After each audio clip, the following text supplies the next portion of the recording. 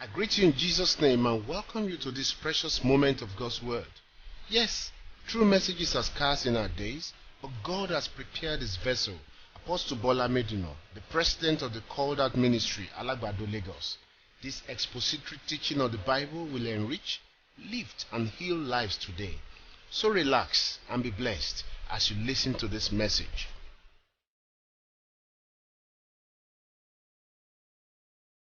Documents don't tell lies and facts speak for themselves. Ìwé àkọsílẹ̀ kì í purọ́, bẹ́ẹ̀ sì ni òkodoro a máa sọ̀rọ̀ tìkálára rẹ̀. Documents don't tell lies and facts speak for themselves. Àkọsílẹ̀ kì í purọ́, bẹ́ẹ̀ sì ni òkodoro a máa sọ̀hún tìkálára rẹ̀. This is the principle of foundational moral dictum of justice. Èyí ni ìgbékalẹ̀ ìpìlẹ̀. It means òtítọ́. Foundational dictum of moral justice means you cannot be a judge in your own law court. Èyí tó túmọ̀ sí wípé o ò lè dẹ adájọ́ níbi tí wọ́n ti ń gbẹ́jọ́ rẹ rò. Let's pray. Ẹ jẹ́ kí a gbàdúrà. Lord, if there is anything I desire from you this morning, Bí ohunkóhun bá wà tí mo fẹ́ ní àti ọwọ́ rẹ ní òwúrọ̀ yìí, O God, Olúwa, is that the ears of our understanding be opened. jẹ́ kí etí òye wa kí ó ṣí sílẹ̀. Our inner man be reconditioned, Kí a tún ọkàn inú wa ṣe. that we might receive what you have for us, Kí a lè rí gbà ohun tí ẹ ní fún wa. so that the separation between us and poverty will be total forever. Kí ìyapa láàrin àwa àti òṣì kó lè wà títí láé. Do great work in this service this morning, O God, Ṣe ohun ńlá lẹ́ẹ̀kan sí nínú ìsìn yìí, Olúwa. and do your perfect will even when we are not interested. Jẹ́ kí mú ìfẹ́ rẹ pípé ṣẹ bó tilẹ̀ jẹ́ pé a kò nífẹ̀ẹ́ sí i. And those who are interested in working with you, Àwọn tí ó sì fẹ́ láti máa bá ọ rìn. do not leave them behind. Olúwa má ṣe fi wọ́n sẹ́yìn. Carry them along. Máa mú wọn ká Bless lọ. us in this service, O God, Olúwa bá wa pàdé nínú ìsìn lónìí. and let the devil be put to shame. Jẹ́ kí èṣù kó gba ìtìjú. We are blessed in the name of Jesus. Àwa di alábùkún fún ní orúkọ Jésù. We pray in Jesus' name. A sì gbàdúrà ní orúkọ Jésù Kristì. I'm speaking on walking your way out of poverty. Mò ń sọ̀rọ̀ lórí rí ọ̀nà rẹ já kúrò nínú àìní. That you walk out of poverty. Jáde kúrò nínú òṣì. Yes, that's the interpretation. Walking your way out of poverty. Rírìn jáde kúrò nínú òṣì. If you have been faithful to our Sunday school, Bí o bá ti jẹ́ olóòótọ́ sí ilé ẹ̀kọ́ ọjọ́ ìsinmi wa. and you have not been coming late, Tí o kì í pẹ́ dé. from next Sunday by His grace, Láti ọ̀sẹ̀ tó bọ̀ nípa orí if ọ̀fẹ́ you are Ọlọ́run. late for Sunday school, you will fellowship outside. I guarantee you. Bí o bá pẹ́ lẹ́yìn kó o tó dé fún ilé ẹ̀kọ́ ọjọ́ ìsinmi, o ṣe èsì tìrẹ It is níta. better you don't come. Ó dára fún ọ kó o If má you wà are rárá. late for Sunday school, you stay outside. Bí o bá pẹ́ dé fún ilé ẹ̀kọ́ ọjọ́ ìsinmi, ìta ló gbèdúró sí. I'm going to help you to get to heaven. Èmi ó ràn ọ́ lọ́wọ́ láti dé ọ̀run. And I will employ every strategy possible Èmi ó sì lo gbogbo ohun tó tọ́ to help you láti ràn ọ́ lọ́wọ́. and make you discountenance careless living spiritually. Kí o bá lè kọ ìjáfara nínú ẹ̀mí sílẹ̀. And if you're a worker, Bí o bá sì jẹ́ you òṣìṣẹ́. don't honor weekly activities very well, will relieve you of your job. Tí o kì í wá sínú ìsìn láàrin ọ̀sẹ̀, a ó gba iṣẹ́ yìí kúrò lọ́wọ́ rẹ. If you are coming to Bible study, you are not coming to prayer meeting, we relieve you of your job. Oh. If we are free, let's do it the way we Ò should. ń wá sí ẹ̀kọ́ Bíbélì ṣùgbọ́n o kì í wá sí ìpàdé àdúrà, a ó gba iṣẹ́ tó ń ṣe kúrò lọ́wọ́ rẹ. Sunday service alone is not enough for you. Ìsìn ọjọ́ ìsinmi nìkan kò tó fún ọ. You must be there always O sì ní láti máa wà níbẹ̀ ní ìgbà gbogbo. to learn from O God ní láti kẹ́kọ̀ọ́ láti ọ̀dọ̀ Ọlọ́run. and to know Bẹ́ẹ̀ what sì- you didn't know before. Bẹ́ẹ̀ sì ni o ní láti mọ ohun tí o kò mọ̀ tẹ́lẹ̀. Details will come up later. Àkójọpọ̀ rẹ̀ yóò wá. Walking your way out of poverty. Rírìn jáde kúrò nínú òṣì. In Luke chapter 15, Nínú ìwé Lúùkù orí kẹẹ̀ẹ́dógún. turn your Bibles with me. Ṣí Bíbélì rẹ pẹ̀lú mi. Luke chapter 15. ìwé lúùkù orí kẹẹ̀ẹ́dógún. And I'll start the reading from verse 10. màá kà á láti ẹsẹ̀ kẹwàá. Likewise, I say unto you, there is joy in the presence of the angels of God over one sinner that repented. mo wí fún yín gẹ́gẹ́ bẹ́ẹ̀ ni ayọ̀ ń bẹ níwájú àwọn áńgẹ́lì lọ́run lórí ẹlẹ́ṣẹ̀ kan tí ó ronúpìwàdà. And he said, ó sì wí pé a certain man had 2 sons, ọkùnrin kan ní ọmọkùnrin méjì. and the younger of them said to his father, èyí àbúrò nínú wọn wí fún bàbá rẹ̀ pé Father, bàbá give me the portion of goods that falleth to me. fún mi ní ìní rẹ tí ó kàn mí. And he divided unto them his living. ó sì pín ohun ìní rẹ̀ fún wọn. And not many days after, the younger son gathered all together kò sì tó ìjọ mélòó kan lẹ́yìn náà èyí àbúrò kó ohun gbogbo tí ó níjọ and took his journey into a far country, ó sì mú ọ̀nà àjò rẹ̀ kàn lọ sí ilẹ̀ òkèèrè. and there wasted, please underline it, wasted his substance with riotous living. níbẹ̀ ni ó sì gbé fi ìwà wọ̀bìà mo fẹ́ ká falà sí abẹ́ yìí níbẹ̀ ni ó sì fi ìwà wọ̀bìà náà ná ohun ìní rẹ̀ ní ìnákúnà. And when he had spent all, nígbà tí ó sì bà gbogbo rẹ̀ jẹ́ tán. this is tragic, èyí burú lọ́pọ̀lọpọ̀. this is woeful, èyí burú jáì. this is terrible, èyí this is wàhálà ni. unbelievable, èyí kò ṣeé gbọ́ sétí. it is too painful èyí jẹ́ ó ní ìkórìíra for tàbí ìtanilára. anybody to spend all he has. fún ènìyàn kó bà gbogbo ohun tó ní jẹ́ pátápátá. Read it again, sir. mo fẹ́ kẹ́ ẹ túkà lẹ́ẹ̀kan sísà. In verse 14. ní ẹsẹ̀ kẹrìnlá. And when he had spent all, nígbà tí ó sì ti bà gbogbo rẹ̀ jẹ́ tán. there arose a mighty famine in the land. iyọ̀ ńlá wá mú ní ilẹ̀ náà. Ìyàn ńlá wá mú. iyọ̀ ńlá wá mú ilẹ̀ náà. And he began to be in want. ó sì bẹ̀rẹ̀ sí í di aláìní. And he went and joined himself to a citizen of that country. ó sì lọ ó da ara rẹ̀ pọ̀ mọ́ olóòótọ́ kan ní ilẹ̀ náà. And he sent him into his fields to feed swine. òun sì ràn án lọ́wọ́. Òun sì rán an lọ. òun sì rán an lọ sí oko rẹ̀ láti tọ́jú ẹlẹ́dẹ̀. And he would fain have filled his belly with the husk that the swine did eat, and no man gave unto him. ayọ̀ ni ìbá fi jẹ oúnjẹ tí àwọn ẹlẹ́dẹ̀ ń jẹ ní àjẹyó ẹnikẹ́ni kò sì fi fún un. And when he came to himself, ṣùgbọ́n nígbà tí ojú rẹ̀ wálẹ̀. look up here. gbójú ẹ sókè síbí. This is the reason why this message is coming up. èrèdí tí ìwàásù yìí fi ń jáde tọ̀ wá Mo fẹ́ nìyí. béèrè bóyá ojú ẹ ti wálẹ̀. I want to ask, maybe your eyes, as you Maybe you have come to yourself. you have come to yourself. Maybe you are now reasonably inclined. bóyá ohun tó ń ṣe o ti mọ ohun tó ń ṣe bó ti tó àti bó ti yẹ. The prodigal son in his prodigality. ọmọ nínàkúnà nínú ìnákúnà wọ̀bìyà rẹ̀. The Bible says, bíbélì wípé. when he came to himself, nígbà tí ojú rẹ̀ wálẹ̀.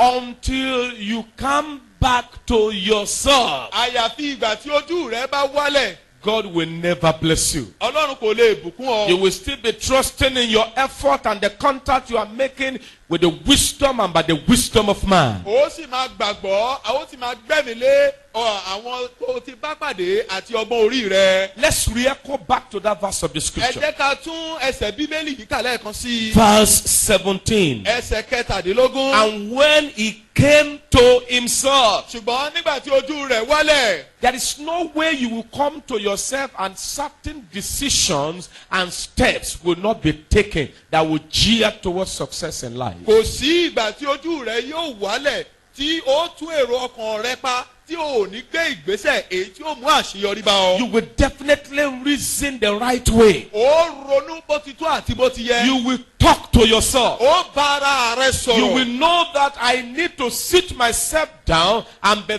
very, very truthful to myself. Ó mọ̀ lọ́kàn ara ẹ pé o ní láti pe ara rẹ jókòó kó o sì sọ òkodo ọ̀rọ̀ sí ara When you rẹ. come to yourself, Nígbà tí ojú rẹ bá you wálẹ̀, are face to face with the world. The world. ó wàá fojú kojú ayé.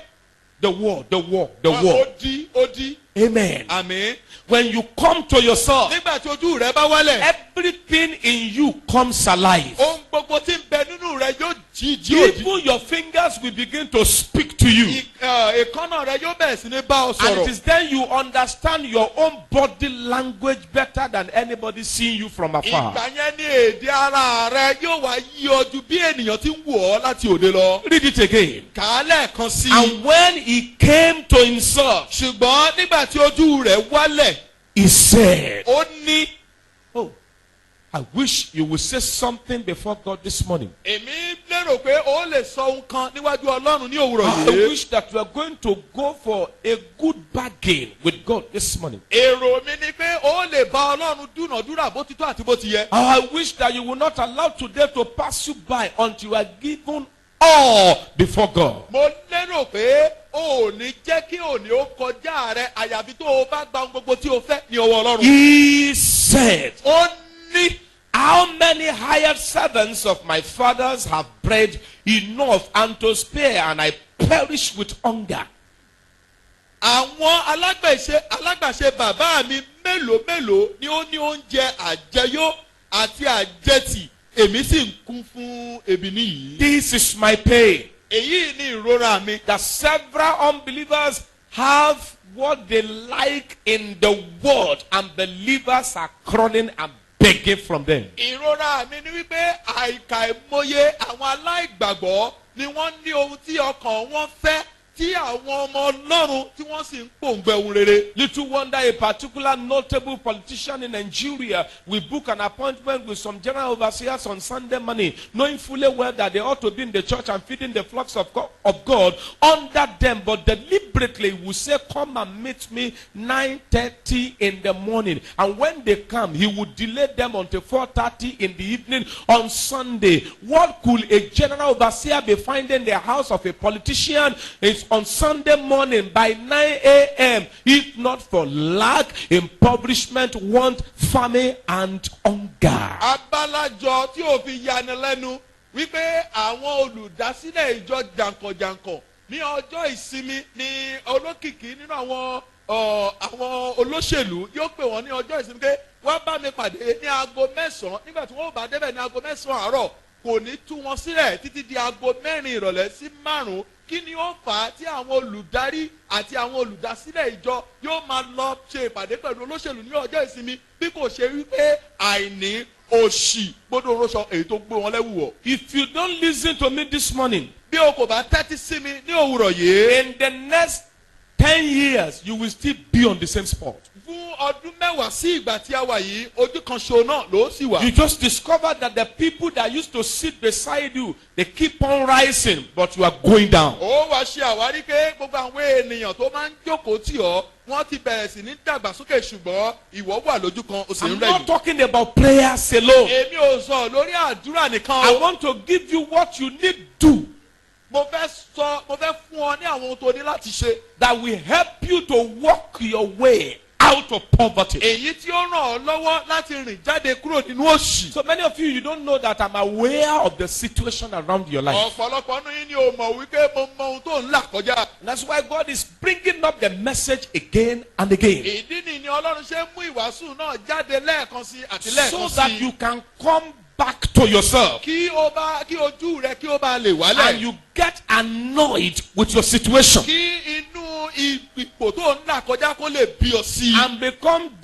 dissatisfied with the condition of your life. Kí àwọn rúdurùdu tó yí ọ ká yẹn kí kó bá lè ní ìkorò ọkàn sí wọn. I'd like you to get yourself ready to pray like a mad prophet after this message. Mo fẹ́ kó o máa gbára rẹ dì láti gbàdúrà gẹ́gẹ́ bí wòlíì tó síwí. The way you are looking, bí o ti ń wò where you live, ibi tó ń gbé and your general normal experiences day to day. àwọn ìrírí rẹ lójoojúmọ́ ní ìgbà gbogbo. I and God views it with judgmental mentality. èmi àti ọlọ́run à ń fi ojú ìdájọ́ ń wò wọ́n. It shouldn't be. kò yẹ kó rí bẹ́ẹ̀ rárá. You will never see a tiger that will give back to a goat. o lè rí àmọ̀tẹ́kùn èyí tí ó bí ewúrẹ́. You will never see a goat that will give back to an elephant. o lè rí ewúrẹ́ èyí tí ó bí erin.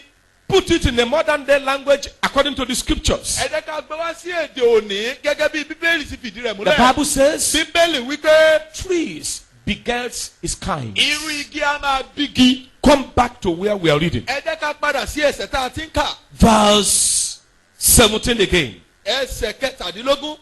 And when he came to himself, ṣùgbọ́n nígbà tí ojú rẹ̀ wálẹ̀ he said, ó ní. how many hired servants of my fathers have bread enough and to spare, and I perish with hunger? àwọn alágbàṣe bàbá mi mélòó mélòó ni ó ní oúnjẹ àjẹyó àti àjẹtì èmi sì ń kú fún ebi níyì. I will arise and go to my father, èmi ó dìde èmi ó sì tọ̀ bàbá mi lọ. and will say unto him, èmi ó sì wí fún un pé. Father, bàbá I have sinned against heaven èmi ti dẹ́ṣẹ̀ sí ọ̀run and before thee, àti níwájú rẹ o. but notwithstanding. èmi kò sì yẹ. Amen. Yes, but notwithstanding, èmi kò sì yẹ. I'm no longer worthy to be called thy son. ní ẹni tí àbá máa pè ní ọmọ rẹ mọ́. Make me as one of thy hired servants. fi mí ṣe bí ọ̀kan nínú àwọn alágbàṣe rẹ. And he arose, ó sì dìde. because he came back to his senses. nítorí ojú rẹ̀ ti wálẹ̀ ọpọlọ rẹ̀ ti pé. People of God, ẹ̀yin ènìyàn ọlọ́run. poverty is not a spiritual virtue, it is a demonic virus. òṣì kì í ṣe ohun tẹ̀mí ṣùgbọ́n ó jẹ́ jẹjẹrẹ nínú ẹ̀mí. Poverty is a murderer. òṣì ó jẹ́ apànìyàn. Poverty is a taskmaster. òṣì ó jẹ́ afipámúniṣiṣẹ́. Poverty is an enemy of sound head. òṣì ó jẹ́ ọ̀tá àlàáfíà pípé. Most people that are dying of sicknesses today, it is because they lack fund for treatment, for adequate medical treatment. That's why they die so cheaply. ogúnlọ́gọ̀ àwọn ènìyàn tó ń kú lónìí ìrèdí ikú wọn òun ni pé wọn kò ní owó lọ́wọ́ láti tọ́jú wọn láti gba ìtọ́jú tó tọ́ àti tó A yẹ. particular woman became pregnant, obìnrin kan ó lóyún láìpẹ́. and she was told, àwọn sì sọ fún the wípé. doctor told her, wọ́n dókítà sọ fún there is pé. no way you will be able to give back to this baby yourself, kò sí bó o ṣe lè bí ọmọ yìí. because your nípa tara rẹ. pelvic is too tight. nítorí egungun ibi ìhà rẹ ní ìsàlẹ̀ ó fún. Therefore, nítorí ìdí once the èyí. pregnancy is about 36, 37 or 38 weeks, níwọ̀n ìgbà tí oyún yìí tó bá ti ń di ọ̀sẹ̀ mẹ́tàlé tàbí méjìdínlógójì. come for a cesarean operation ẹ wá láti ṣiṣẹ́ abẹ fún so that we can help you out. kí a bá lè ràn yín The lọ́wọ́. woman said, thank you. obìnrin yìí wípé ẹ ṣeun. And she got back home and gave her husband the feedback of the doctor's examination over her. bẹ́ẹ̀ sì ló délé ló sì sọ gbogbo èsì tí dókítà fún The ọkọ husband rẹ̀. began to cry. ọkọ rẹ̀ sì bẹ̀rẹ̀ sí ní What are we sọkún. going to do? kí ni àwọn wà ṣe And they báyìí. don't know God. wọn ò sì mọ ọlọ́run. Remember, ẹ sì rántí o. if you don't know your God, bí o kò bá mọ ọlọ́run rẹ. you will be weak and you will be exploited. ó máa sáré. bẹ́ẹ̀ Wàá káàárẹ̀, a ó sì kó bá ọ. If you don't know your God, bí o kò bá mọ ọlọ́run rẹ. you will be weak and you will be exploited. ó káàárẹ̀ àwọn ènìyàn yóò sì máa yàn ọ́ jẹ. But when you know your God, ṣùgbọ́n nígbà tó o bá mọ you ọlọ́run rẹ will be dájú. strong. bẹ́ẹ̀ ni ó jẹ akin. You will do ó exploit. sì ṣiṣẹ́ akin bákan náà. Because accident is never accidental to a true child of God. nítorí wípé ìjàmbá kì í ṣe ìjàmbá fún ọmọ ọlọ́run. These people, they àwọn began ènìyàn to wọ̀nyí think wọ́n bẹ̀rẹ̀ sí ní ronú. which way forward. ọ̀nà wo ni The àná time àbáyọ. came for them to go for a cesarean operation, no money. àkókò wá dé láti ṣiṣẹ́ abẹ yìí kò sí owó. And the man said,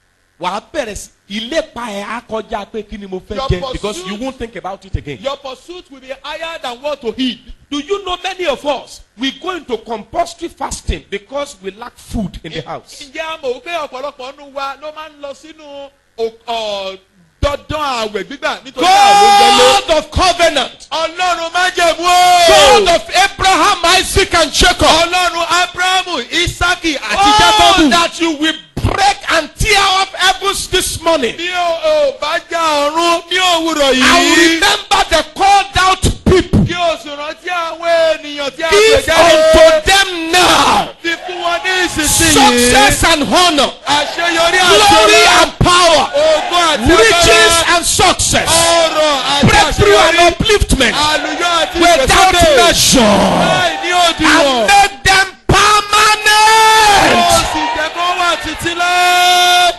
Sit down. Jókòó. It's a pain. Ó jẹ́ ohun ìrora. When your son graduated from secondary school Nígbà tí ọmọ rẹ bá jáde iléèwé girama. and you cannot send him or her to higher institution despite the fact that the child did well. Bó tilẹ̀ jẹ́ pé ọmọ yìí ó yanrantí jáde nínú ìwé ilé girama kò sí owó láti rán lọ And you sí say, iléèwé ẹ̀kọ́ gíga. Go and be learning a trade. Ó wá sọ pé lọ máa kọ́ṣẹ́. And the boy will be saying, but my mates are in school. Àwọn ọmọ náà yóò máa sọ pé àwọn ẹlẹgbẹ́ mi wọ́n wà léèwé. I was in a place on Friday night for ministration. Mo wà ní ibì kan ní ọjọ́ Ẹtì. And the Lord asked me to tell some people there Ọlọ́run wá sọ fún mi kí n sọ fún àwọn ènìyàn kan níbẹ̀. that he has taken over the school fees of their children. Pé òun ti gba ojúṣe láti máa sanwó iléèwé àwọn ọmọ wọn. May your children be included in God's account.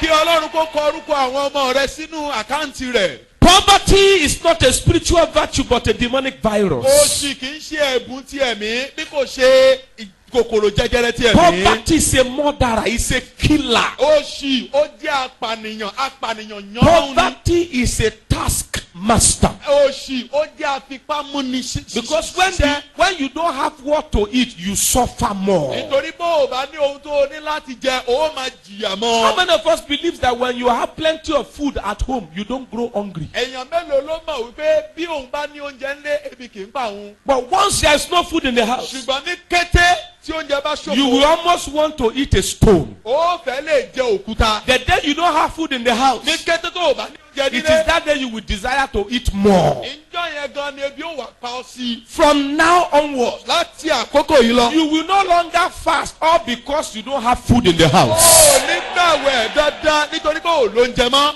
Well, tó bá kàn If it concerns you, wà sàmì dáadáa. you will say a louder Ó amen. wá síbí láti múnú àwọn èèyàn dùn lásán. I am not here to make you I excited. don't want to pastor a poor church. Èmi ò fẹ́ ṣe olùṣọ́àgùtàn àwọn ìjọ No. olóṣì. Are you understanding me No, now? no, sọ yí ọ I bí. don't want to pastor a poor Mo church. kọ̀ láti jẹ́ olùṣọ́àgùtàn ìjọ If olóṣì. a church is poor, the pastor of that church will be poor. Bí ìjọba yọ olóṣì, olùṣọ́àgùtàn ọbẹ̀ yóò jọ olóṣì. If the church is rich, the pastor of the church is Bí rich. ìjọba jẹ́ ọlọ́rọ̀, àwọn ọmọ ìjọbẹ̀ yóò jẹ́ Somebody ọlọ́rọ̀. walked across to me yesterday. Ẹnìkan tọ̀ mí wá ní I said, àná. Pastor, Ó ní olùṣọ́àgùtàn. when will you like to change your car? Ìjọ wo lẹ fẹ́ láti pààrọ̀ ọkọ̀ And the yìí? man can buy a car for me. Bẹ́ẹ̀ sì ni ọkùnrin yìí lè ra ọkọ̀ fún I mi. said, very soon. Mo ní láìpẹ́ Because jọjọ. we met in a program yesterday. A pàdé nínú ètò kan nínú ìsìn kan lánàá. I decree over your life Mo pàṣẹ fún yín that sínú ayé as you rẹ. are walking out of this service this morning, Pé bí o ti ń rìn jáde kúrò nínú ìsìn ní the òwúrọ̀ people yìí. prepared of God Àwọn ènìyàn tí Ọlọ́run ti pèsè sílẹ̀. to meet your need specifically to timing Láti bá àwọn ìní kan pàtó. without Bí ayé rẹ ní asking, àkókò kan láì ṣe pé o béèrè. without asking, Láì ṣe pé o béèrè. they will be coming to you with those miracles in their hand. Wọ́n máa tọ̀ wá pẹ̀lú àwọn ìyanu wọ̀nyí nínú ọlọ́wọ́ wọn. Brother, Arákùnrin this man, yìí. stop thinking. Ẹ má ṣe ronú mọ́. To you, it's like you can't make it. Fún yín ó dàbẹ̀ ni pé ẹ ò lè ṣàṣeyọrí And mọ́. people have never thought of anything good from your end. Bẹ́ẹ̀ sì ni àwọn ènìyàn ò tí ì fi ìgbà kan ronú rẹ̀ kò But yí. by the virtue of the grace of God upon this altar, Ṣùgbọ́n nípa orí ọ̀fẹ́ Ọlọ́run tó wà lórí the pẹpẹ story yìí. of your life is hereby rewritten A tún ìtàn ayé yín kan lónìí. for good. fún rere. In the name of Ní Jesus Christ. orúkọ Jésù Kristi. Have your seat. Ẹ jókòó. Poverty. Òṣì. Poverty brings reproach. Òṣì a máa mú ẹ̀gàn bá ní. Poverty is an enemy of sound health. Òṣì ó jẹ́ ọ̀tá ìlera pípé. Poverty brings insult. Òṣì a máa mú àbùkù bá ní. It brings shame. A máa mú ẹ̀gàn bá ní. It brings tears. A máa mú omijé bá ní. Tears of sorrow. Omijé kíkorò. Unnecessary, abusive, and insulting proverbs. Àwọn èébú tó lè faru orí sọnù. That's what poverty does. Ohun tí òṣì tó máa ń mú kó ní rèé. Once again, Lẹ́ẹ̀kan sí. it is too late for you to be poor. Ó ti pẹ́ jù fún ọ láti ya olòṣì. Well, you didn't understand. Oh, It yo, is yo. too late for me to be poor. Ó ti pẹ́ jù fún mi láti ya It is too olòṣì. late for my wife to be Ó ti poor. pẹ́ jù fún aya mi It is láti too ya late for olòṣì. my children to Ó be ti pẹ́ jù poor. fún àwọn ọmọ mi It láti is ya too olòṣì. late for the called out ministry Ó to ti be pẹ́ jù poor. fún It is ìyàwó too ẹ̀dá late láti ya for olòṣì. me to be poor. Ó ti pẹ́ jù fún mi láti ya olòṣì. Sit down. Jókòó. Poverty Òṣì. has a way of eroding honor and dignity. Ó ní ọ̀nà tí ń gbà tí ó mú ọlá àti ọlà kúrò ní ayé ẹni. Poverty is as old as this world. Òṣì ọjọ́ orí rẹ̀ déédéé ni pẹ̀lú ayé And God yìí. has given you the ability to choose the kind of life you wish to live. Bẹ́ẹ̀ sì ni Ọlọ́run ti fún ọ ní orí ọ̀fẹ́ láti yan ìgbé ayé yìí tó o bá fẹ́. Whether to live rich or to live poor. Yálà nínú ọrọ̀ tàbí nínú òṣì. In our Sunday school this morning, Nínú ẹ̀kọ́ ọjọ́ ìsinmi wa ní òwúrọ̀ I yìí. was telling the class I took. Nínú ilé ẹ̀kọ́ tí mo ti kọ́ wọn, mo sọ fún wọn wípé. I had a program in the College of Education in Ilorin, 1998. Mo ní ètò kan ní College of Education nílùú Ìlọrin. I wanted to go there and preach. Mo lọ síbẹ̀ láti lọ wàásù. And I had to sleep overnight in Ibadan. Bẹ́ẹ̀ sì ni mo ní láti sùn sí ìlú Ìbàdàn. As I was having my quiet time in the morning, Bí mo ti ní àkókò ìdákẹ́jẹ́ mi ní suddenly the òwúrọ̀. Lord spoke to me. Lójijì Ọlọ́run bá mi That sọ̀rọ̀. when you clock a particular age, I won't tell you, Pé nígbà tó o bá dé ọjọ́ orí kan. I will have settled everything in your life once and for all. Èmi ó ti yanjú, wọ́n yanjú ohun gbogbo nínú ayé rẹ lẹ́ẹ̀kan ṣoṣo. And furthermore, he said, Àti bákan náà ó sọ wípé. make yourself comfortable and you will remain comfortable. Manage and you will be managing. Ó ní mú ara rẹ yá gágá, ara rẹ yóò sì yá gágá. Ó ní ṣùgbọ́n máa gbìyànjú láti máa láhùn síra rẹ, ó sì máa wà nínú ebi. Many of us, we are Ọ̀pọ̀lọpọ̀ nínú wa. stingy to ourselves. A yáhùn sí ara wa. And stinginess will not leave you. Bẹ́ẹ̀ sì ni ahùn yìí kò ní fi ọ́ I sílẹ̀. told them in my class Mo sọ fún wọn nínú ilé ẹ̀kọ́ mi. that anywhere I go to minister, Pé níbikíbi tí n bá ti lọ wàásù. by the grace of God, Nípa orí ọ̀fẹ́ they Ọlọ́run. usually make one particular comment, even though they don't know one another, as I go to places for ministration. Wọ́n máa ń sọ kókó ọ̀rọ̀ kan níbi gbogbo tí n bá lọ. Bó tilẹ̀ jẹ́ wípé wọn ò mọ ara wọn. They say, Lọ́kànjọ̀kan wọ́n máa ń wípé. you are an excellent description of a perfect SU minister. Wọ́n ní o jẹ́ ohun. Mo dàrú mọ́ yín lójú mi. Àwòrán pípé. Bẹ́ẹ̀ni. Àwòrán pípé tí a lè Eyín ò fi ní ṣe àpèjúwe àwọn ọmọ Ọlọ́run tòótọ́. Eyín ò ní Jésù. yọ. Amen. Kẹ́ ẹ tó tu, eyín ò ní yọ. Eyín ò gbọ́dọ̀ yọ. You don't buy fake materials to put on. O gbúdọ̀ ra aṣọ òṣì láti wọ̀. You are managing. O yàhùn síra rẹ. I'm not saying that you should be extravagant in your living, Mi ò sọ wípé kò nànà kùnà o. but buy something quality. Ṣùgbọ́n ra ohun tó jọjú. Why must you buy 13 pairs of shoe that is equivalent to 2?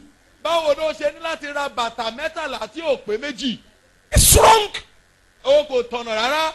Convert the money into buying 1 or 2. Kó owó mẹ́tàlá ìjọ kó o fi ra ẹyẹ kan tó jọjú. You buy a good material and put it on. Ó ra aṣọ tó dùn ún wò ó sì wọ̀ ọ́. Buy a good shoe, not like Abdul's shoe, and wear it. Ó ra bàtà tó dùn ún wò ó wọ̀ ọ́ kì í ṣe bí bàtà dọ́ọ̀lù. You buy what is good for yourself, Ó ra ohun tó dára fún ara rẹ o. what is good for your wife, Ohun tó dára fún aya that rẹ. which is good for your children. Ohun tó dára fún àwọn ọmọ rẹ.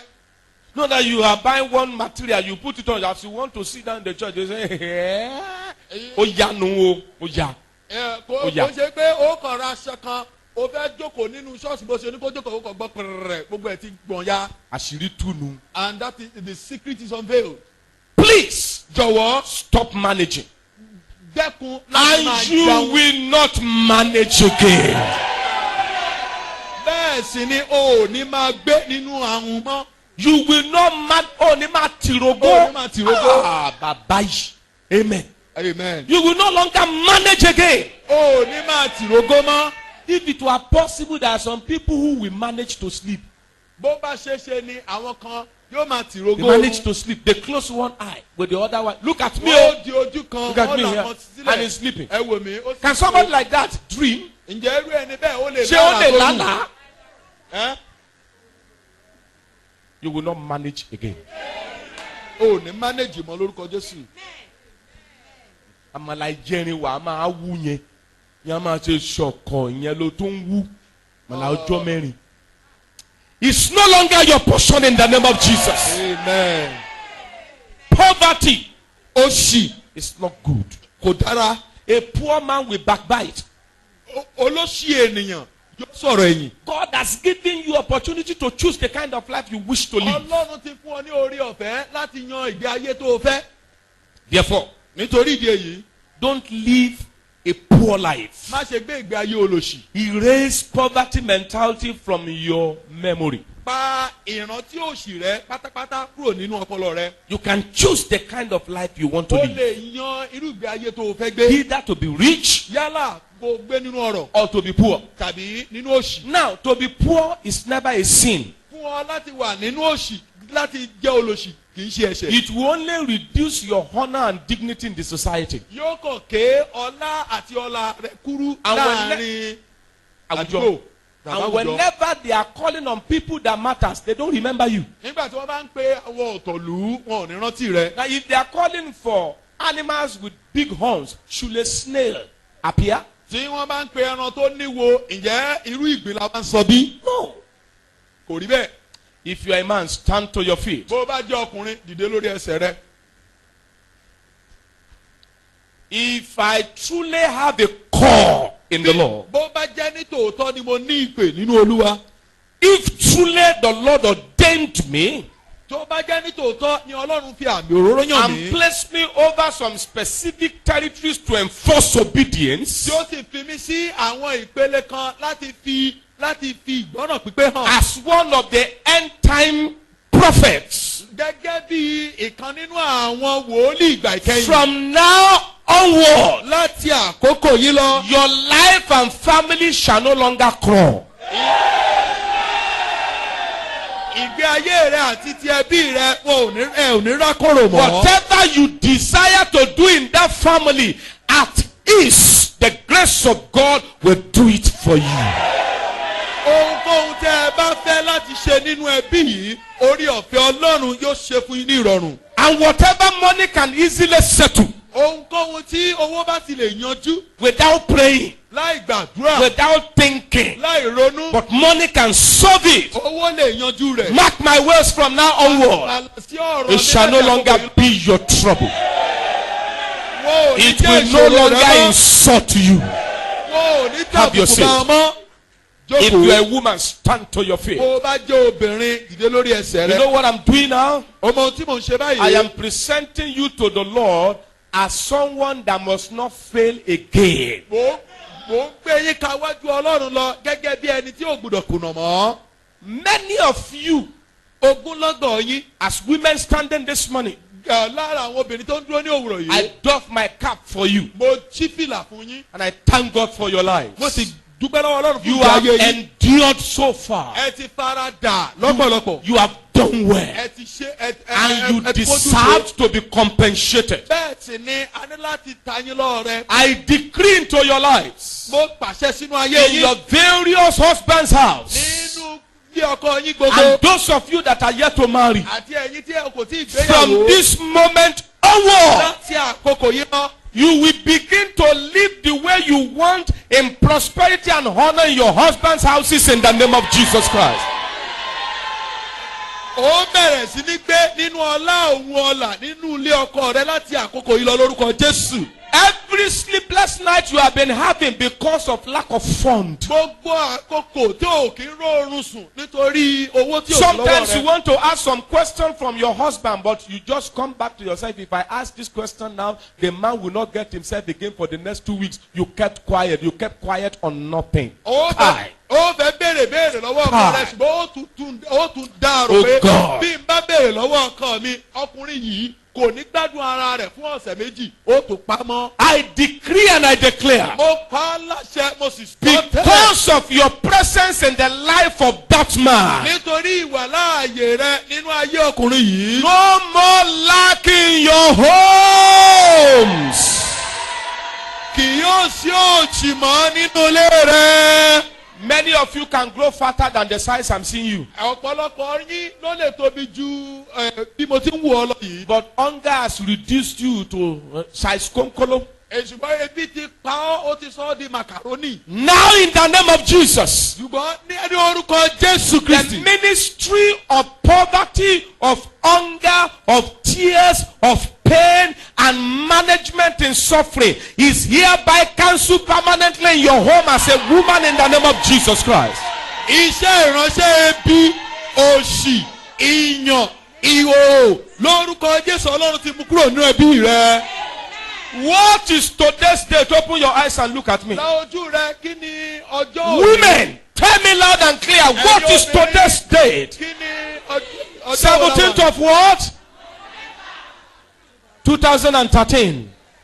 By this date next year, Christ tarries. It meets you in your own house. Ní ìwòye ọdún tí ń bọ̀, bí Jésù bá fa bíbọ̀ rẹ̀ sẹ́yìn, ó ti di landlady lórúkọ Jésù. As many of you whose husbands are yet to secure a land, God is buying them lands now. Lára yín tí ọkọ yóò tilẹ̀ tí ìralẹ̀ ká tó sọ pé yóò kọ́lé, Ọlọ́run yóò ralẹ̀ fún un. As many of you whose husband has bought the land, but there's no money to develop it. Riches, glory untold is coming upon the husbands. Development is taking place, and grace for easy accomplishment is also given in the name of Jesus Christ. Fún ẹ̀yin tí ọkọ yín ti ralẹ̀ tó wá gbé pamọ́ tí ò sí owó láti kọ́, mo gbàdúrà wípé owó láti kọ́ ìrànlọ́wọ́ àti òkè wá yóò tọ̀ yín wá ẹ ó sì parí rẹ̀ lórúkọ Jésù. Because of you in your husband's house, Fún ẹ nítorí pé o wà nílé ọkọ rẹ your yìí. husband will no longer sell his property. Ọkọ rẹ ò ní táwọn ní rẹ̀ mọ́. Your husband will no longer sell his property. Ọkọ rẹ ò ní táwọn ìní rẹ̀ mọ́. God bless you. Ọlọ́run kó bùkún fún ọ. Have your seat. Jókòó. It's a special service. Ìsìn tó yàtọ̀ ní. All because of me. Nítorí tèmi. I know it's a special service for Mo me mọ̀ pé and my ìsìn pàtàkì family. ní fún èmi àti ẹbí mi. Poverty. Òṣì. It reduces people to nothing. A máa ké ènìyàn kúrú sí kòjámọ̀ nǹkankan. If you choose riches, Bí o bá yan ọrọ̀, you will stand out. ó dúró táwọn yọ. If you choose poverty, Bó o bá yan òṣì, you will earn disrespect. àwọn ènìyàn yóò bu ẹnu àtẹ́lù ọ́. Therefore, I present to you Nítorí náà, mo mú tọ̀ ọ́ wá 3 levels of success. fún ìpele àṣeyọrí mẹ́ta. 3 levels of success. Ìpele àṣeyọrí mẹ́ta. Number 1, Ìpele kìíní, riches. ọrọ̀. Number 2, Ìkejì, prosperity. ìlọ́rọ̀. Number 3, Àti ìkẹta, wealth. Lọ́rọ̀ yanturu. ìlọ́rọ̀ yanturu. There are many of us in the house this morning. Ọ̀pọ̀lọpọ̀ wá wà nínú gbọ̀ngàn yìí We lówùrọ̀ are yìí. still at the level of not enough. A wà ní ìpele kòtó. There are a few of us Àwọn díẹ̀ nínú wa in the kéde service this morning nínú ìsìn lónìí. that are on the level of just enough. Èpè ó tiẹ̀ tó díẹ̀. I don't see anybody here this morning Mi ò tí ì rí ẹnikẹ́ni ní that, bídí òwúrọ̀ that yìí. has gotten to the position of more than enough. Tí ó ti dé ìpele pé ó ti pọ̀ lápọ̀jù. But from today, Ṣùgbọ́n láti òní lọ, the Lord is taking you from the position of not enough to the position of more than enough. Ọlọ́run gbé ọ kúrò nínú ìpele tó kò ká tàbí ìpele ó tó díẹ̀. I didn't say that. The Lord is taking you from the position of not enough to the position of more than enough.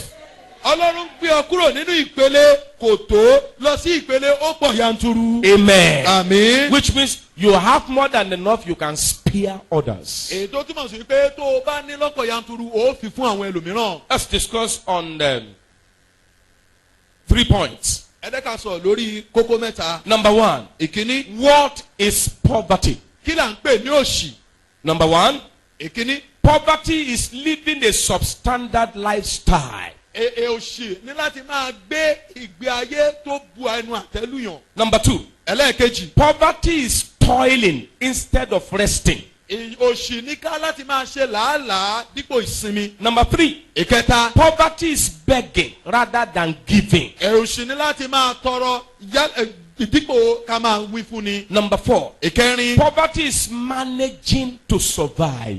Òṣì ní láti máa tìrógó kéènìyàn lè máa gbégbé ayé. Number 5. Ẹlẹ́ẹ̀karùn-ún. Poverty is simply eating from hands to mouth. Òun ni láti máa jẹun láti ọwọ́ dí ẹnu. Láti máa jẹjẹ Láti máa ìrírí. jẹ̀jẹ̀ ìlérí. Eating from hands to mouth. Òun láti máa jẹ̀jẹ̀ ìlérí. Number 6. Ìkẹfà. Poverty is becoming inferior before your mates. Òun ní òṣì. Òun ní láti máa gbé ẹni òdiwọ̀n láàrin ẹlẹgbẹ́ ẹni. Poverty Òṣì. is becoming inferior, looking inferior to your mates. Kó máa wo ara rẹ bẹ́ni tí Ọlọ́run ò ṣẹ̀dá láàrin àwọn ẹlẹgbẹ́ rẹ. Number 7. Ẹlẹ́ẹ̀keje. Poverty is groaning. Òṣì ó jẹ́ ìkérora. Number 8. Ìkẹjọ. Poverty is dying in silence. Òṣì ní láti máa kú lọ nínú Kéèyàn máa kú sára. kú sára.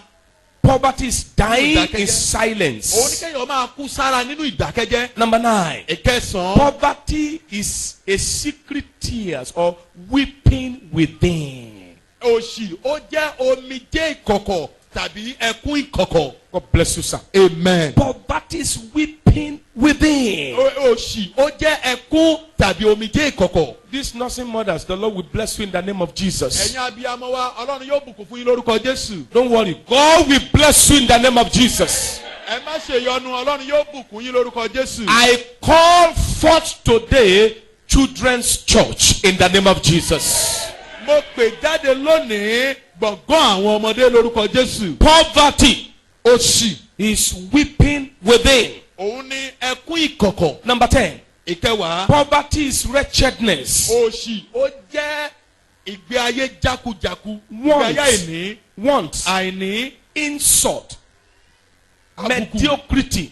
Àìtójú òṣùwọ̀n. And living the opposite way of life. Kéèyàn máa gbé ìgbé ayé tí ò tọ́ sí ènìyàn láti gbé. As long as you are ignorant of the tools used by poverty, Níwọ̀n ìgbà tó o bá ya òpè lórí àwọn ohun èlò òṣì yìí. poverty will keep you in a perpetual bondage of imprisonment Òṣì yóò wá fi ọ́ sínú ẹ̀wọ̀n ayérayé. with a hard labor Pẹ̀lú iṣẹ́ làálàá. without compensation. Láìsí òdiwọ̀n tàbí owó sísúnni. Poverty is real.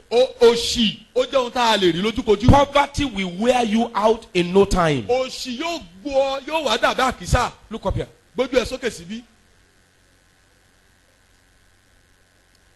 Baba Adeboye said, Bàbá Adébóyè wípé he himself and his wife traveled abroad. àwọn àti ìyàwó wọn lọ sí òkè òkun. And they went to this one of Sahara places. Bẹ́ẹ̀ sì ni wọ́n lọ sí àwọn ilẹ̀ gbígbẹ́. Then some people in the Redeemed Christian Church of God over there had been selected to welcome Baba Adeboye at Tarmac Airport. Bẹ́ẹ̀ ni wọ́n ti pèsè àwọn kan sílẹ̀ ní támákì láti kí Bàbá Adébóyè káàbọ̀.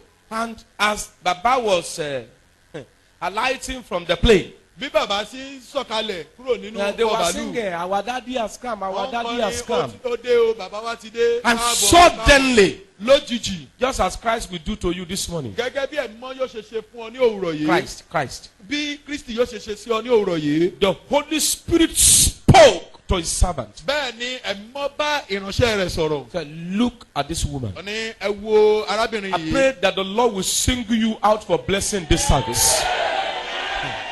mo gbàdúrà wípé ọlọ́run yóò yọ ọ́ ní jáde fún ìbùkún nínú ọ̀sìn yìí. Look at her very well. ó ní wò ó dáadáa. And the Holy Spirit asked Baba Adeboye a question. ẹ̀mí má sì béèrè ìbéèrè lọ́wọ́ bàbá Adébóyè. How old do you think this woman is? ọmọ ọdún mélòó ló rò pé arábìnrin yìí yóò jẹ́?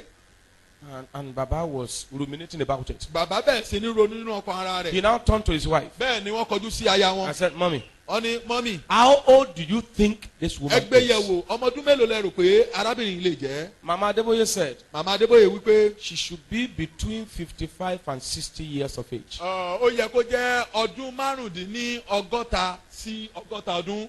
And Baba Adeboye said, bàbá Adébóyè wípé No, kò rí bẹ́ẹ̀ rárá o. no. kò rí bẹ́ẹ̀ rárá o. This is poverty that I'm seeing. òṣì ni mò ń rí yìí. This woman obìnrin yìí cannot be more than 38, 40 years of kò lè age. ju ọmọ ọdún méjìdínlógójì sí ogójì ọdún lọ. Poverty wears down in no time. òṣì á máa gbóni láìpẹ́ jọjọ. By the time they found out the age of the woman, nígbà tí wọ́n fi ṣe ìwádìí ọjọ́ orí obìnrin she yìí. was just 37 years. ó jẹ́ ọmọ ọdún And she mẹ́tàdínlógójì. was looking like a woman of 60. ó sì ń wò gẹ́gẹ́ bí ọmọ ọdún There ọgọ́ta. are some women that are, ọgọ́ta ọdún. there are women that are about 60 years of age in Nigeria. If you look at them, you think that they are just 42.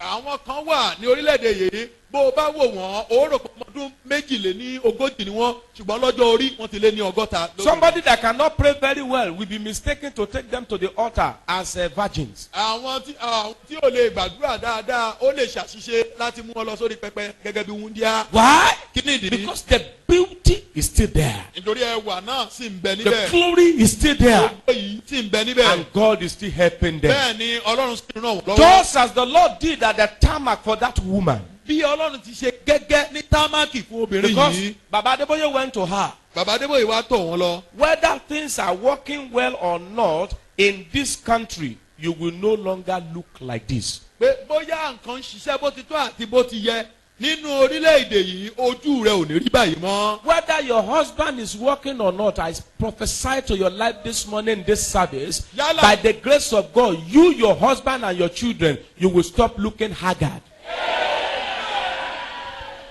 yálà ọkọ rẹ ń ṣiṣẹ́ tàbí kò ṣiṣẹ́ àti ìwọ àti ọkọ àti àwọn ọmọ rẹ ẹ ò ní máa wò bí ẹ̀pà mọ́. Poverty òṣì wears out in no a time. máa gbóni láìpẹ́ jọjọ. Poverty is a tool the devil uses to manipulate the lives of the people. òṣì ó jẹ́ ìkan nínú àwọn irinṣẹ́ èṣù láti fi bà ayé àwọn ènìyàn jẹ́. Poverty can kill a multi-talented man before his manifestation. òṣì ó lè pa ẹlẹ́bùn ènìyàn tí gbogbo àgbáyé ń retí kó tó di pé ògo rẹ̀ bú jáde. Poverty will not kill you. òṣì ò ní pa ọ́. And when they talk about you, nígbà tí wọ́n bá sì ń sọ nípa they tìrẹ. will no longer be relating your life and experiences to poverty anymore. o ò ní máa sọ ìtàn ayé rẹ àti ìlépa rẹ sí òṣì mọ́. I pray mo gbàdúrà that amongst the Christians that are rich, láàrin àwọn kìrìsìtẹ́nì tí ó lọ́rọ̀ may you be numbered.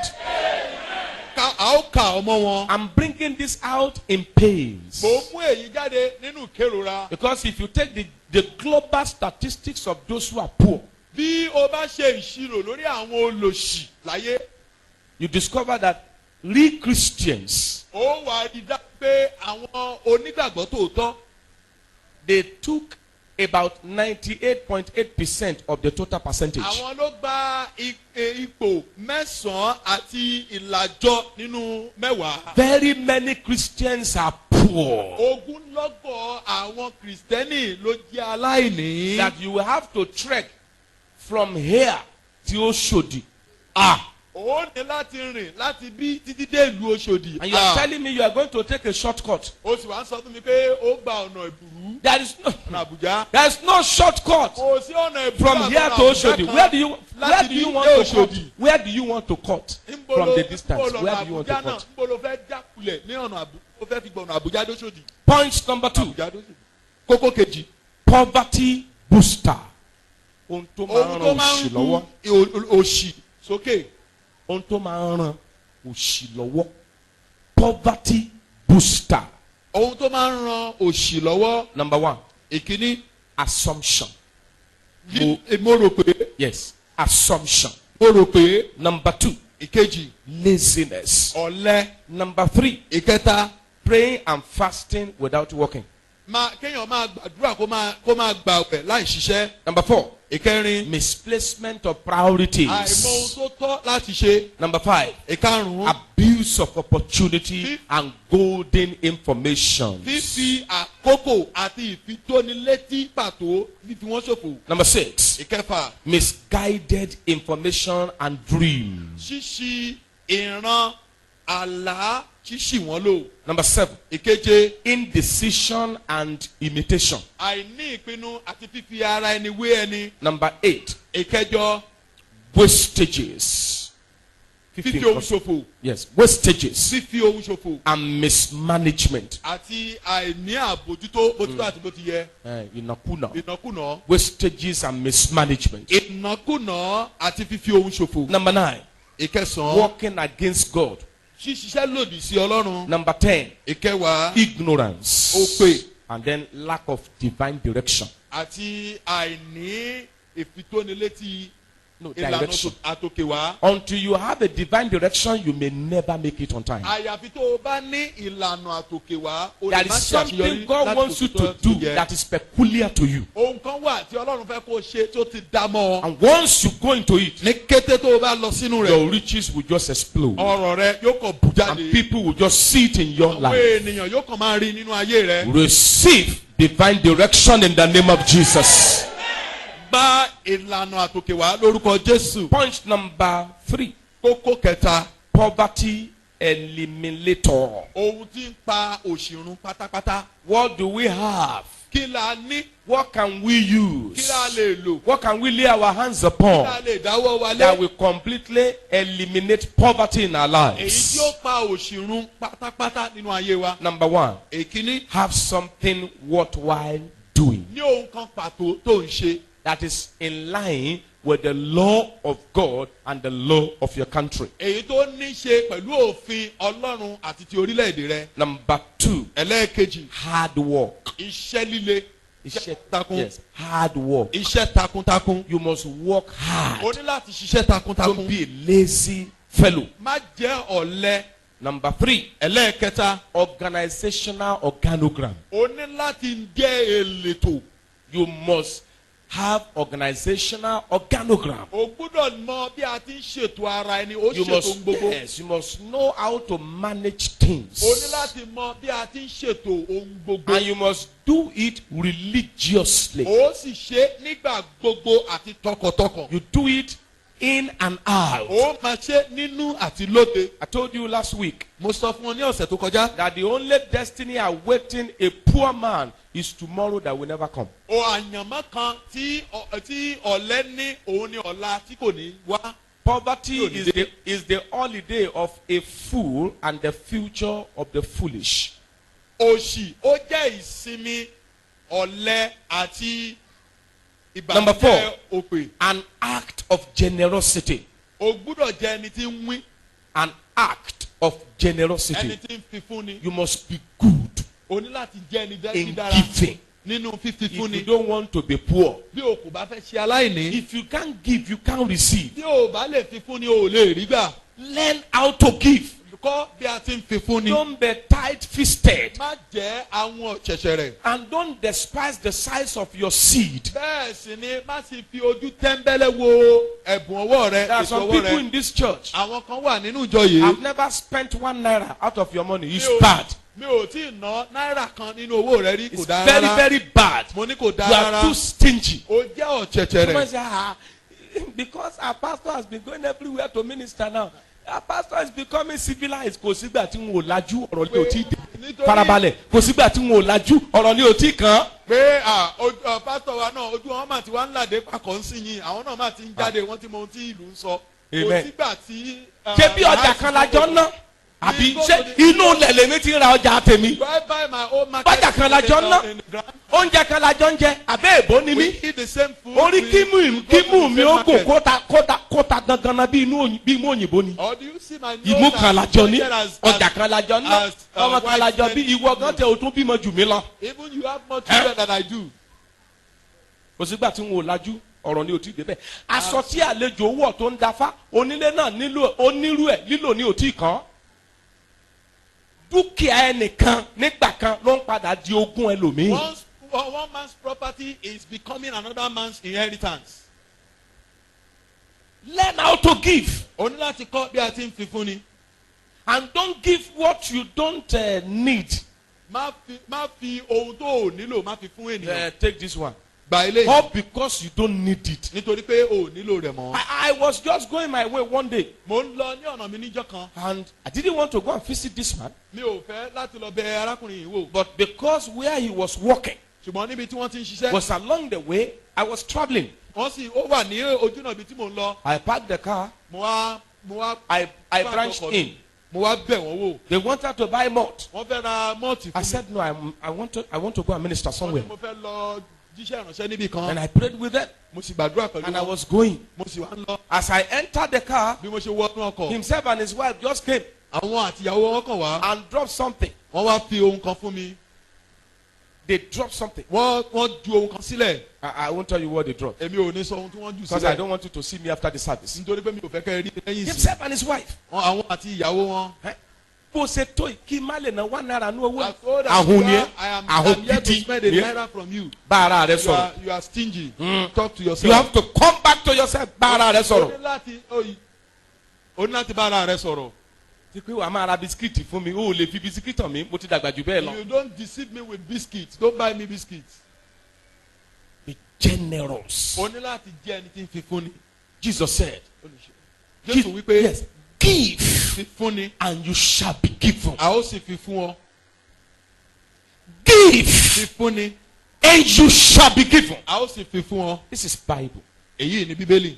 You operate the principle. The result is always the same. Ìwọ tẹ̀lé ìlànà yìí ó wà rí pé Number 5. èsì ẹ̀ dáradára ni. Ìkarùn-ún. Faithfulness to tithing and offering. Ìjẹ́ lóòótọ́ sí ìdámẹ́wàá àti ọrẹ. Number 6. Ìkẹfà. Kingdom mindedness. O ní láti jẹ́ ẹni tó ń fọkàn sí iṣẹ́ Ọlọ́run. Kingdom O mindedness. gbúdọ̀ jẹ́ olùfọkànsìn sí iṣẹ́ Ọlọ́run. You must know the need of your O church. ní láti mọ ìní ìjọ rẹ. You must know the need of your pastor. O ní láti mọ ìní olùṣọ́ àgùntàn rẹ. I went to our organist house one day, Mo lọ sí ilé olùtẹ̀dùrú wa ní ọjọ́ kan. and his wife said, Ìyàwó wa wípé you must eat in my house today. ẹ gbúdọ̀ jẹun dandan nínú I ilé mi said, I'm okay. Mo ní Before I knew what was happening. kí n tó mọ nǹkan tó ṣẹlẹ̀. Come and see Mekus. Kẹ wá wo oríṣiríṣi oúnjẹ Me what?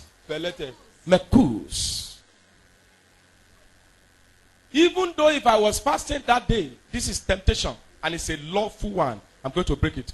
Bí ó bá tẹ̀jẹ́ pé mò ń gbàgbọ́ ẹ̀ ní ọjọ́ náà, ìdánwò ńlá rèé, ó sì jẹ́ ìdánwò tó dára pẹ̀lú àwọn oúnjẹ àdídùn. You must know the need of your pastor. O gbúdọ̀ mọ ohun tí olùṣọ́ àgùntàn rẹ ń You fẹ́. must know the need of your O ní church. láti mọ ìní ìjọ rẹ. You must know the need of the brethren O around ní you. láti mọ ìní àwọn ará tó yí Very, ọká. very important. Ó dára Not lọ́pọ̀lọpọ̀. that after the service you just be shaking hands with me. I will not be shaking hands with people anyhow.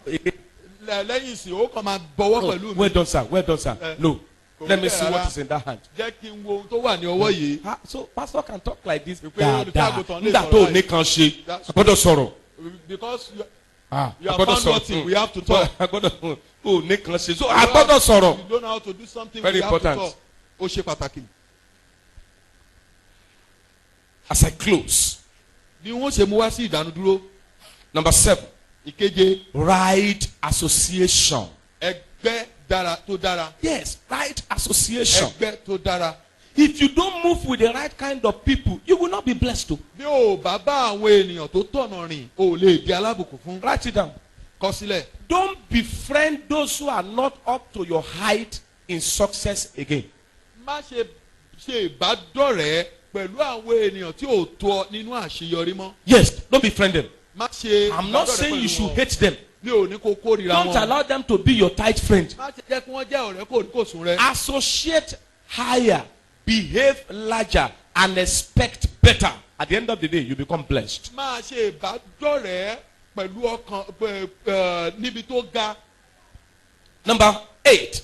ìkẹjọ, prayer and fasting in the right way. àdúrà àtàwẹ̀ ní ọ̀nà tó tọ̀nà. Number 9, ìkẹsàn-án, you must possess the winner's mind. o ní láti ní ọkàn olúborí. Yes, the winner's mind. ọkàn olúborí. You must possess that mind. o ní láti gba ọkàn That olúborí. I am a winner. pé olúborí ni I mí. am not a loser. èmi kì í ṣe ẹni ẹ̀yìn. I am a victor. èmi jẹ́ aṣẹ́gun. I am not a victim. èmi kì í ṣe ìjẹ́. I am a success. èmi jẹ́ àṣeyọrí. I am not a failure. èmi kì í ṣe ìkùnà. The best of life is ahead of me. ohun tó dára jù fún láyé I yìí ó wà can't níwájú go mi. back again. èmi kò lè padà I sẹ́yìn can't mọ́. be poor again. èmi kò lè ṣaláìní My mọ́. case is settled. ọ̀rọ̀ mi láti yanjú. It only looks the way it's looking ó now. kàn rí bó ti rí báyìí ni. This is not the final analysis of my life. èyí kì í ṣe òpin ìtàn ayé This mi. is not the end of my èyí story. kì í ṣe òpin Give me- àyànmọ́ mi. But a little time. jọ̀wọ́ fún mi ní àkókò And I will tell you that my God is bigger than this èmi ó one. sì sọ fún o pé ọlọ́run mi ó tóbi You gbogbo have orí to, lọ.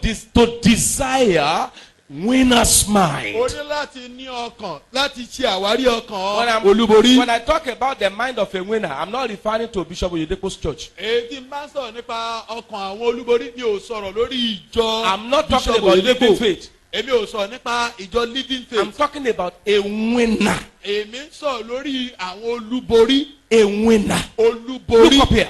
gbójú ẹ̀ sókè It síbí. isn't all winners that sweat to win. kì í ṣe gbogbo àwọn olúborí ní làágùn kí wọ́n tó borí. But one thing is sure, ṣùgbọ́n nǹkan ló dájú. poverty is an orphan. òṣì ó jẹ́ Ọmọ ọmọ òrukàn. òrukàn. But success has many friends. ṣùgbọ́n ìlọ́rọ̀ tàbí àṣeyọrí ó ní ogúnlọ́gọ̀ rẹ̀. Èèwọ̀ dán wò kó lówó lọ́la. you just try it and become rich tomorrow. Mo ti sọ fún wa nígbà kan mo ti ṣetán báyìí. I have told you sometimes ago Ká tó ní mọ́tò ní àdúgbò wa. that before we possess the car Tí n in bá our kí ẹ street, whenever I Kò greet tí ẹ̀ ní anyone, dán akẹ́kọ̀ọ́ já. some will not even answer me. They will Torí just bá a pass ṣètò by ara wọn náà ní sórí ọ̀kadà. because we line up ourselves on a single okada. Lọ́jọ́ tí òjò bá rọ̀ tí ilẹ̀ bá da tí nǹkan bá wà lápò ní o. When there is money and there is rain, Ní ọ̀pọ̀ ọgbà tí ò bá sí nǹkan kan lápò. when we don't have money, Àpínra wa díẹ̀díẹ̀. then we distribute ourselves. À á fi àìdíà wá sí We will church. use idea to come to the church. La bá ra mọ́tò. When we buy the car, we bought the car. Ni ló bá di pé tí mo bá jáde It no now comes compound. that whenever I want to come out from the compound, Dádì! Daddy! Dádì! Mo ní kí ló ń ṣe àwọn èèyàn? I said, what is the Dádì wo problem báyìí of the ṣé people? mi ò sanra I said, sí? I have not grown Mi ò fat. ní wo lórí? I don't have thought. Ṣòkòtò mi ò yá ń dì í. My trousers. Mi ò wọ sílípàsì ẹsẹ̀ kan kí n wọ kọ́ba sú I ẹsẹ̀ kan. didn't put on one. Mi ò ní àràmàdà ìpẹ̀pẹ̀ lọ́rùn. And I don't have. Eyín mi ò kà á. And my teeth is. Ewu òhù lórí mi. And there is no. I don't have back. hair. Ọdún ò tí ì parí ibo mo My dádì gray sí. hair, brother.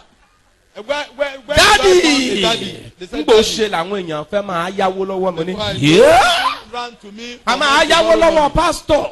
To borrow money from the pastor. Aláìní tìjú ènìyàn ní yáwó lọ́wọ́ pásítọ̀. It's only a shameful person that borrows money from the Mo ti pastor. wá di dádì And now I turn daddy torí pé a ní mọ́tò. because I Mo now ní wọn have a car. farabalẹ̀ wọn ò tí ì rí mọ́tò. I said they've not seen the car. Within the next 6 months, Láàárín oṣù mẹ́fà tí write wọ́n it ta down. kọ sílẹ̀. I'm going to park that jeep down there. Wọ́n páàkì jíìpù mi síbẹ̀ yẹn lórúkọ Jésù. Mi ò ní kó sá lọ. I didn't ask you to run away. Are you getting me now? Ṣé o ń gbọ́ Mi mi ò sì ní bẹ́ẹ̀? kó donate owó. Bẹ́ẹ̀ sì ni mi ò. God has done it. And I say this today. Mo sọ èyí lónìí. As I rise, you rise. Ó dìde. Begin to give thanks to God. Bẹ̀rẹ̀ sí ní dúpẹ́ lọ́wọ́ Ọlọ́run. God is faithful. Ọlọ́run jẹ́ olóòótọ́. God is faithful. Ọlọ́run jẹ́ olóòótọ́. God is faithful. Ọlọ́run jẹ́ olóòótọ́. God is faithful. Ọlọ́run jẹ́ olóòótọ́. Oh yes, organists were in the spirit. God is faithful. Ọlọ́run jẹ́ olóòótọ́. God is faithful. Ọlọ́run jẹ́ olóòótọ́. Give him thanks. Give him thanks. Give him Dúpẹ́ thanks. lọ́wọ́ Ọlọ́run. Dúpẹ́ lọ́wọ́ Ọlọ́run. Give him thanks. Dúpẹ́ lọ́wọ́ Ọlọ́run. Amen. Now put Amen. your eyes and look at me. La ojú rẹ kí o wò mí níbí. There shall be rivers of joy in your direction. Odò ayọ̀ yóò sàn sí ọ. Bible miracles shall be repeated in your family this week. Ìyanu tí àkọsílẹ̀ rẹ̀ nínú Bíbélì yóò gbọ́ rí. Righteousness, grace, great contact, opportunity, and relief will collide with one another in your home this week in the name of Jesus. Òdodo orí ọ̀fẹ́ ojú rere àtòkè wá wọ́n pàdé rẹ nínú ilé rẹ lọ́sẹ̀ yìí. Open your eyes and look at me. La ojú rẹ kí o wò mí níbí. Within the next 4 months, láàárín oṣù mẹ́rin sí ìgbà tá a wà yìí. they will tell you where you are living. wọ́n sọ fún ọ níbi tó ń gbé. That members of the called out ministry have come again. You have come again. Called out ministry ó ti dé. Do you know there are some people when you mention their names you like to associate with them? Ǹjẹ́ o mọ̀ pé àwọn kan wà bó o bá ti dárúkọ wọn o fẹ́ ní ìpín. Ẹni rírí níbi tí ènìyàn ti ń fi wèrè yan gan. Have you ever seen anybody being proud of a madman? Pé máa tó ya wèrè yan. That mad person. O náà bí kan tó bí mi o. He was he was my immediate elder brother. Ẹ ti gbọ́ yẹn rí? Have you ever heard that? Rárá o. No, not at all. Ọjọ́ tó bá mú olè tó bá pe ìyá ẹ̀ síbẹ̀ á lóun ò mọ̀. The day a thief is caught and they call the Hello, mother, woman. she will deny him. As many that cannot wait for you today will look for you tomorrow. Iye àwọn ènìyàn tí ò lè dúró dè yín lónìí yóò wá yín ní ọ̀la. 2 major prayer points. Ó kó àdúrà méjì.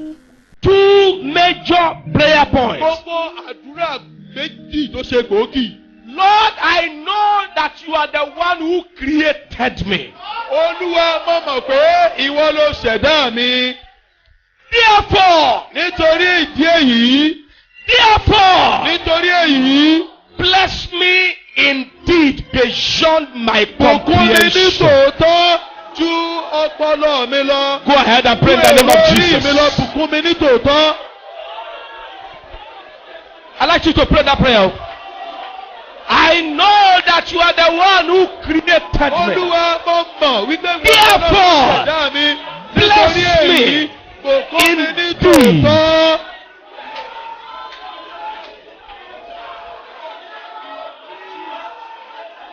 Bless me beyond my comprehension.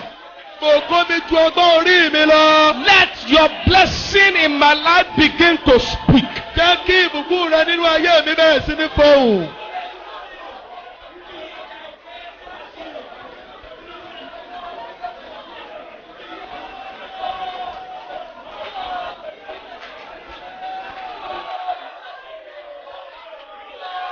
In Jesus' mighty name we pray. And finally, Lákòótán, lift up your 2 hands. ní ọwọ́ rẹ méjèèjì sókè. Lord, I beg you with your greatness. Olúwa mo fi títóbi rẹ bẹ̀ ọ́.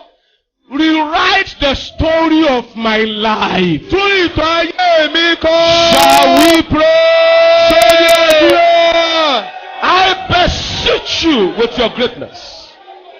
Rewrite the story of my life. Mo bẹ̀ ọ́ pẹ̀lú títóbi rẹ. Tún ìtàn ayé mi kọ sí rere lórúkọ Jésù. Rewrite the story of my life.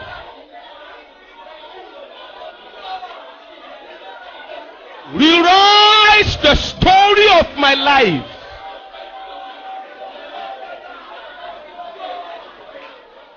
In Jesus' mighty name we pray. And so shall it be. Bẹ́ẹ̀ gẹ́gẹ́ ni yóò rí.